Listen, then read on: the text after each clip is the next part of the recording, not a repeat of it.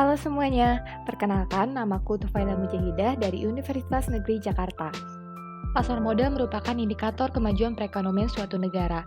Dalam hal ini, pasar modal Indonesia adalah pasar yang sedang berkembang dan dalam perkembangannya sangat rentan terhadap kondisi makroekonomi secara umum.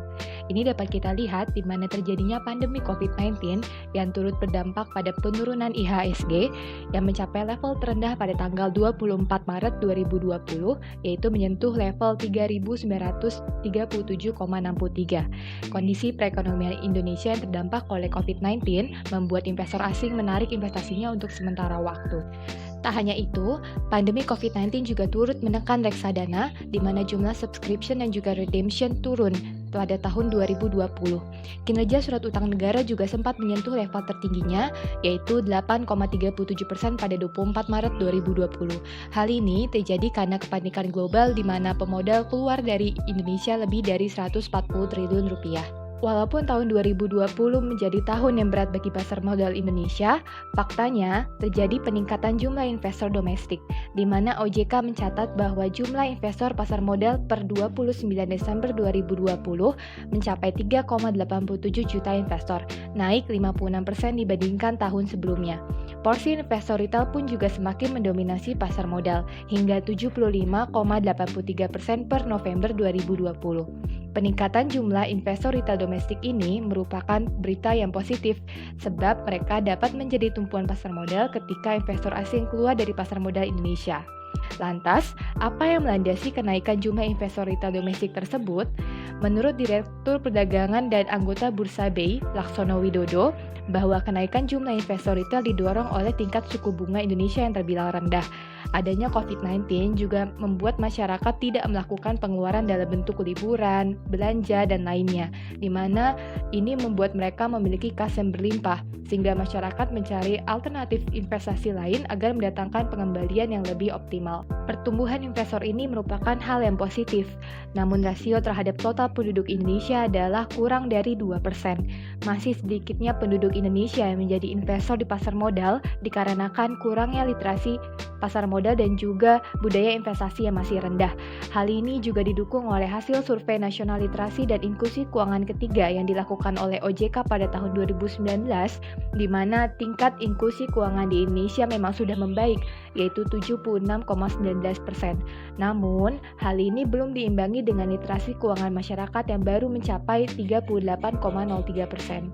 Maka dari itu, melihat tantangan mengenai masih rendahnya jumlah investor domestik pasar modal Indonesia dan tingkat literasi keuangan, saya menyampaikan gagasan guna menjadi solusi permasalahan tersebut, yaitu BEI Youth Camp. Sebagai gambaran, BEI Youth Camp merupakan program pembelajaran yang diselenggarakan oleh Bursa Efek Indonesia atau BEI, di mana dirancang untuk generasi muda di Indonesia dengan fokus guna meningkatkan pemahaman investasi yang memadai. Mengapa saya memilih generasi muda sebagai target dari program ini? Hal ini dikarenakan bahwa hingga September 2020, sebanyak 51% investor retail mendominasi perdagangan harian senilai 6,3 triliun rupiah. Dari sisi demografi, 47,57% investor retail didominasi oleh generasi milenial atau berusia di bawah 30 tahun. Di sisi lain, data hasil sensus penduduk 2020 mencatatkan bahwa mayoritas penduduk Indonesia didominasi oleh generasi Z sebanyak 27,94%. Dan generasi milenial sebesar 25,87% dari total penduduk Indonesia. Melihat data tersebut, saya percaya bahwa hal ini merupakan peluang dan tantangan bagi Indonesia.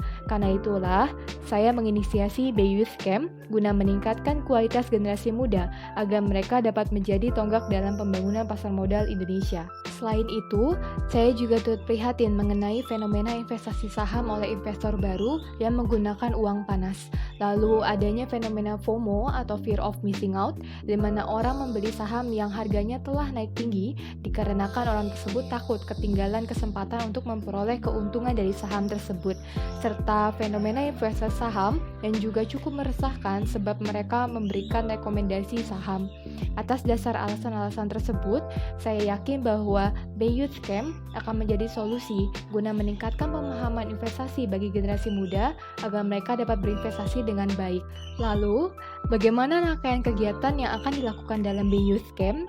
Kegiatan ini akan dilangsungkan selama 3 hari di bulan Agustus setiap tahunnya dalam rangka merayakan Hari Jadi Pasar Modal Indonesia pada tanggal 10 Agustus. Dikarenakan kondisi COVID-19, maka program ini akan diselenggarakan secara daring. Namun, apabila pandemi telah usai, maka program ini dapat diselenggarakan bertempat di Gedung Bursa Efek Indonesia. Kegiatan ini terbagi menjadi 2 sesi, di mana sesi pertama adalah pemaparan materi dan sesi kedua adalah diskusi.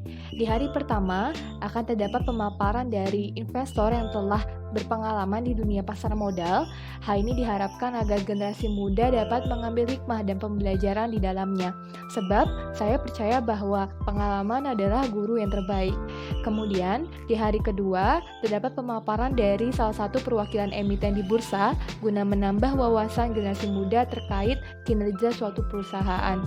Hal ini diharapkan agar mereka dapat melakukan analisis perusahaan terlebih dahulu sebelum membuat keputusan untuk berinvestasi. Dan di hari ketiga, terdapat pembagian kelompok yang terdiri dari 5 orang. Mereka akan diberikan misi untuk menganalisis perusahaan sebelum membuat keputusan untuk berinvestasi di perusahaan itu. Dalam misi menganalisis perusahaan ini, saya terinspirasi dari buku Why the Rich Are Getting Richer oleh Robert Kiyosaki dan juga Tom Wheelwright, di mana di akhir kursus properti yang selama 3 hari diikuti oleh Robert, sang pengajar menugaskan untuk meninjau 100 properti selama 90 hari ke depan, di mana para siswa kursus properti tersebut akan belajar cara mencari investasi terbaik. Setelah membaca apa yang dilakukan oleh pengajar tersebut, saya terinspirasi untuk membuat kegiatan analisis perusahaan di hari ketiga B Youth Camp dengan harapan bahwa generasi muda dapat memahami bagaimana cara menemukan investasi terbaik. Kemudian, mengapa di setiap pertemuan terdapat diskusi? Saya terinspirasi dari kerucut pembelajaran yang dikembangkan oleh psikolog pendidikan Edgar Dale pada tahun 1969, di mana ini juga dijelaskan dalam buku yang sama, bahwa setelah 2 minggu pembelajaran, kita akan mengingat 70% dari apa yang kita katakan, disebabkan kita berpartisipasi dalam suatu diskusi. Selain itu, kegiatan analisis perusahaan yang dilakukan pada hari ketiga B Youth Camp ini akan berdampak positif sebab kita akan mengingat 90% dari apa yang kita katakan dan lakukan. Jadi, dalam B Youth Camp ini, kita akan menerapkan model pembelajaran aktif. Dikutip dari pernyataan ayah kaya dalam buku yang sama, bahwa ia ingin agar ilmu yang telah beliau ajarkan kepada Robert dapat diajarkan kembali kepada orang lain. Pernyataan ayah kaya tersebut menginspirasi saya bahwa acara B Youth Camp ini tidak hanya membangun generasi muda yang mengikuti acara ini saja, namun diharapkan mereka dapat membagikan kembali apa yang telah mereka dapatkan kepada orang lain, sehingga nantinya ilmu tersebut dapat bermanfaat dan memajukan pasar modal Indonesia. Sebagai penutup, saya sadar bahwa membangun pasar modal adalah misi kita selaku bangsa Indonesia.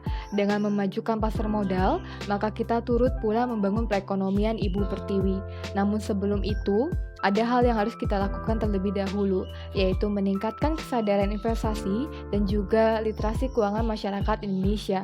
Dengan begitu, saya harap jumlah investor domestik pasar modal yang pada tahun 2020 adalah kurang dari 2% dari total penduduk Indonesia. Angka tersebut akan terus bertumbuh seiring bertambahnya tahun, serta diiringi oleh kualitas dari investor domestik kita. Maju terus pasar modal Indonesia.